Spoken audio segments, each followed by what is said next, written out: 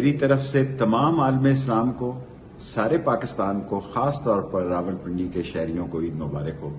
آج میں لیاقت باغ میں نماز عید میں شریک نہیں ہو سکا اور لال حویلیوں کی خوشیوں میں بھی شامل نہ ہو سکا، لیکن مجھے خوشی اس بات کی ہے کہ شہر میں ایک بہت بڑی تعداد نے حسب معمول لال حویلی کی رونقوں کو دوبالا رکھا، اور وہ دو شاہی خاندان جو دبئی میں ہیں انہیں نہیں معلوم کہ راولپنڈی اسلام آباد میں آٹے کی لائنیں لگی ہوئی ہیں۔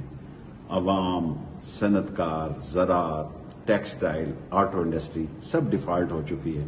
2 دن آپ کا انتظار ہے کہ IMF نے کیا کٹی کٹا نکالنا ہے، لیکن یہ یاد رکھیں جولائی اہم ترین مہینہ ہے۔ ہمارے ساتھ جو ہونا تھا وہ ہو رہا ہے، اس کے بعد آپ کی باری ہے، عدلیہ کے فیصلے آنے ہیں اور تاریخی فیصلے آنے ہیں انشاءاللہ تعالی۔ اور مجھے کیونکہ یہ ٹویٹ باہر جا کے دور جا کے کرنی پڑتی ہے، اس لیے میرا ٹویٹر سخت ترین دباؤ میں ہے، لیکن میں یہ 13 اگست تک جاری رکھنے کی کوشش کروں گا اگر میں مارا نہ گیا، کیونکہ یہ مجھے قتل کرنا چاہتے ہیں، اور یہ میں لکھ کر چیف جسٹس اور آرمی چیف اور دوسرے لوگوں کو دے چکا ہوں۔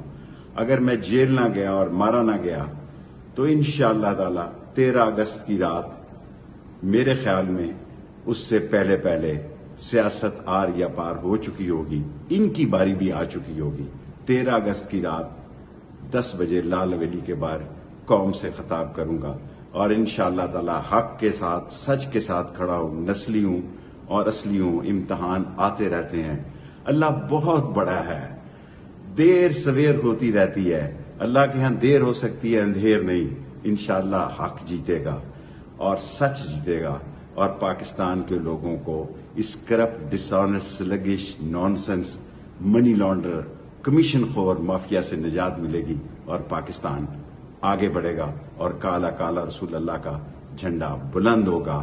پاکستان جس مقصد کے لیے بنا تھا اس مقصد کی توفیل یہ قائم دائم رہے گا، اور غریب کی زندگی میں بھی انشاءاللہ تعالی بہتری آئے گی۔ ہمت نہیں ہارنی، حوصلہ نہیں ہارنا، ہارتا وہ ہے جو ہار مانتا ہے۔ انشاءاللہ کامیابی ہمارا مقدر ہے۔ تو کی جانے یار امیرا، روٹی بندہ کھا جاندی ہے۔ یونان میں کشتی الٹنے کا المناک حادثہ،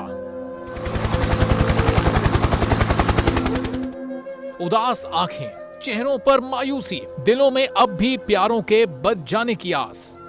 میری درخواست ہے وزیر اعظم اگے جلدی تو جلدی میرے بچے دی تلاش کی جائے۔ غم کی اس گھڑی میں بول رہا اپنوں کے ساتھ، صحافتی فرائض کو نبھاتے ہوئے پہنچائی ہر خبر عوام تک۔ اور یونان میں مہاجرین کے جہاز کو حادثے کے بعد اب ریسکیو آپریشن ختم ہو چکا ہے۔